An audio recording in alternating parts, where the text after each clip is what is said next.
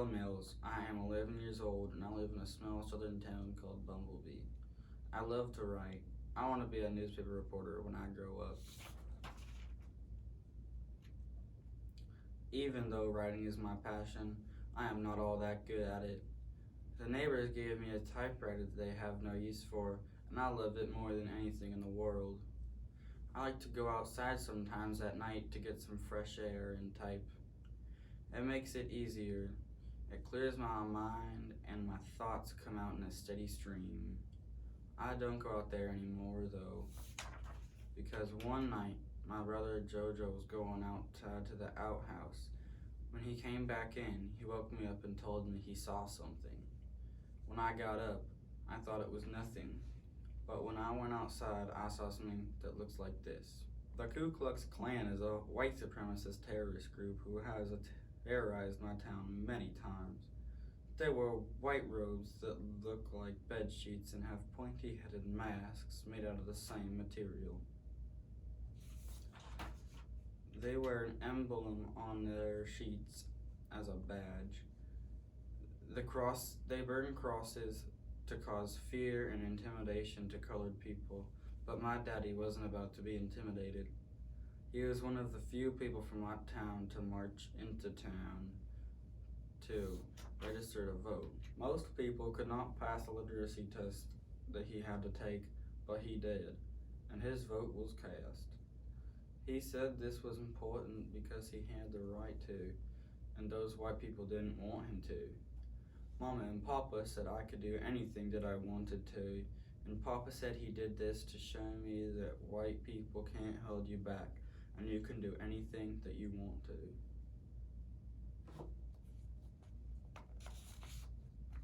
One day, our friend that we call Spoon Man, who travels the country to sell people trinkets and notions, came around. So we invited him to dinner. At dinner, we all asked Spoon Man to tell us a story, because he is good at that. And he told us a story about an eagle who didn't know he was one and didn't want to be limited to the ground. The story goes like this. Once there was a mother eagle who had a nest atop a mountain. One day, one of the eggs fell out of the nest while hatching and rolled down the side of the mountain and ended up in the chicken yard. Next. As the egg finished hatching in the chicken yard, the mother hen of the yard had come over and helped the little eagle. Next. The little eagle grew up with the chicks and became a part of their family, but his lifelong dream was to fly. The other chicks teased him for wanting to fly.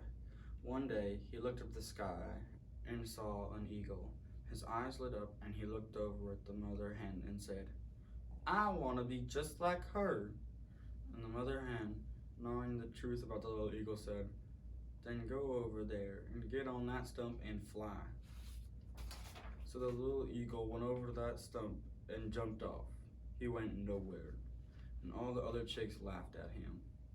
The mother hen told the little eagle to try again, so he did. And when he was up there, he spread his wings farther than they had ever been before and jumped. And those little wings caught the air.